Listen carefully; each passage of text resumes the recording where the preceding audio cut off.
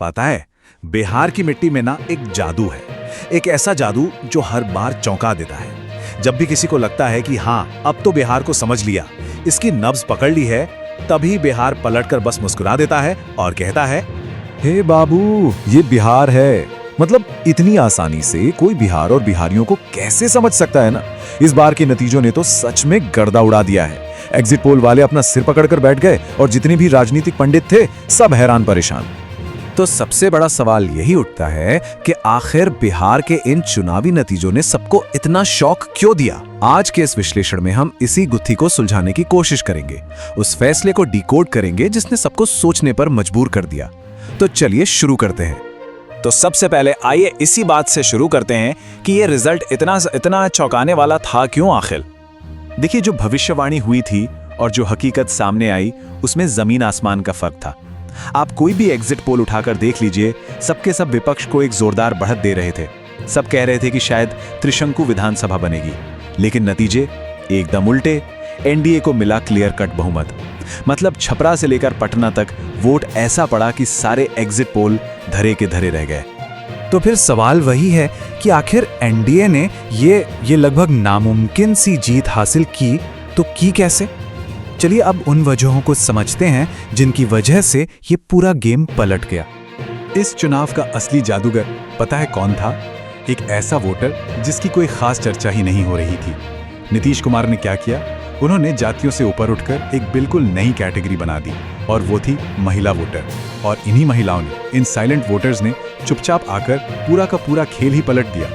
और इस खेल को बदलने वाला जो मैजिक नंबर था ना, वो था ये 10,000 रुपए। जी हाँ, सिर्फ 10,000 रुपए। महिला रोजगार योजना के तहत हर महिला के खाते में जो ये रकम डाली गई, वो एनडीए के लिए असली गेम चेंजर साबित हुई। अब जरा इस योजना का स्केल सोचिए। ये कोई छोटी मोटी स्कीम नहीं थी। इसने सीधे सीधे 1.21 करोड़ जीविका दीदियों को फायदा पहुंचाया। ये वो महिलाएं हैं जो सेल्फ हेल्प ग्रुप्स का हिस्सा है। ये संख्या बहुत बड़ी है और यही नीतीश जी का सबसे पक्का कोर वोटर बेस बन गई। और ये देखिए, इससे पता चलता है कि इसका इम्पैक्ट कितना जबरदस्त था। बिहार में जितनी भी महिला वोटर्स हैं, उनमें से करीब करीब 40% इस योजना से सीधे तौर पर जुड़ी थी। और जब इतनी बड़ी तादाद में महिलाएं एक साथ एक तरफ वोट करती हैं, तो नतीजे भाई ऐसे ही चौंकाने वाले आते हैं। लेकिन रुकिए, जीत सिर्फ एक वजह से नहीं मिली। इसके पीछे और भी फैक्टर्स थे। पहला तो था एक कामयाब सोशल कॉकटेल। एनडीए ने दलित, ईबीसी यानी अति पिछड़ा वर्ग और कुशवाहा वोटों को एक साथ लाने में कामयाबी हासिल की। दूसरा, डेवलपमेंट और हिंदुत्व का मिक्सचर। मतलब एक तरफ नए एयरपोर्ट और पुल बन रहे थे, तो दूसरी तरफ मंदिरों का उद्घाटन भी हो रहा था। और हाँ, एक तीसरा फैक्टर भी था, जंगल राज का वो पुराना डर जो आज भी वोटरों के एक बड़े हिस्से के मन में बैठा हुआ है। और हाँ, एक और बड़ा ही दिलचस्प फैक्टर था प्रशांत किशोर। देखिए, वो खुद तो कोई सीट नहीं जीत पाए, लेकिन उन्होंने खेल जरूर बिगाड़ा। उन्होंने विपक्ष के वोट इस तरह काटे कि आरजेडी को सीधा सीधा नुकसान हो गया। मतलब उनके लिए तो वही कहावत फिट बैठती है, हम तो डूबे सनम, तुमको ले डूबे। तो ये तो हुई बिहार की बात। अब जरा बड़ी पिक्चर देखते हैं। ये समझते हैं कि इस एक राज्य के चुनाव का असर पूरे देश की पॉलिटिक्स पर क्या होने वाला है, क्योंकि यकीन मानिए, इसके नतीजे सिर्फ बिहार तक ही सीमित नहीं रहेंगे। बिहार के इस चुनाव ने नेशनल पॉलिटिक्स के लिए 3 बड़ी बातें तय कर दी हैं। नंबर 1, महिलाओं को टारगेट करने वाली वेलफेयर स्कीम्स अब चुनाव जीतने का एक पक्का फॉर्मूला बन चुकी हैं। नंबर 2, ब्रांड मोदी फिर से अपनी ताकत दिखा रहा है, खासकर 2024 के लोकसभा चुनाव के बाद। और नंबर 3, ये भी साफ हो गया है कि बीजेपी को जीतने के लिए मजबूत रीजनल पार्टनर्स की कितनी जरूरत है। और जो पहला पॉइंट है ना, उसे साबित करने के लिए ये आंकड़े देखिए।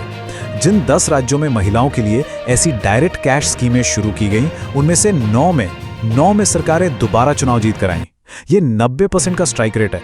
मतलब ये स्ट्रैटेजी कितनी जबरदस्त काम करती है, इसका इससे बड़ा सबूत क्या होगा। ठीक है, तो अब आगे क्या? बिहार के अंदर पावर इक्वेशन अब कैसे बदलेंगे और इस पूरे चुनाव का असली सबक, असली टेक अवे क्या है? चलिए इसे समझते हैं। चुनाव के बाद सबसे बड़ा बदलाव आया है गठबंधन के अंदर के पावर बैलेंस में। सालों बाद ऐसा हुआ है कि बीजेपी की सीटें जेडीयू से ज्यादा हैं और अब वो गठबंधन की सबसे बड़ी पार्टी है। इसका मतलब एकदम साफ है, बिहार में अब बीजेपी बड़े भाई के रोल में आ गई है। तो फिर सवाल ये उठता है कि नीतीश कुमार के नेतृत्व का क्या होगा, उनका भविष्य क्या है।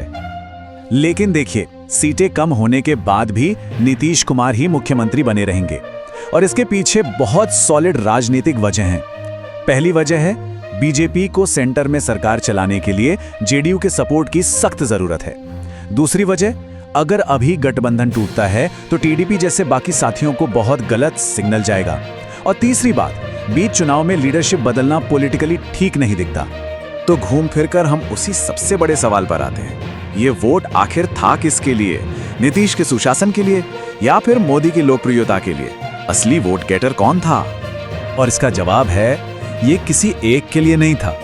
सच तो यह है कि ये दोनों का एक बहुत ही पावरफुल कॉम्बिनेशन था। एक तरफ नीतीश कुमार की साफ छवि और उनकी वेलफेयर स्कीम्स थी, तो दूसरी तरफ नरेंद्र मोदी की नेशनल अपील और बीजेपी का जबरदस्त संगठन था। इन दोनों ने मिलकर ही ये जीत पक्की की। और आखिर में एक सवाल जो शायद सबसे जरूरी है, क्या बिहार ने इंडियन पॉलिटिक्स के लिए एक नया फॉर्मूला लिख दिया है? क्या अब चुनाव जीतने का सबसे बड़ा हथियार सीधे कैश बेनिफिट देना ही बन जाएगा? ये एक ऐसा सवाल है जिसका जवाब आने वाले कई चुनावों की दिशा तय करेगा।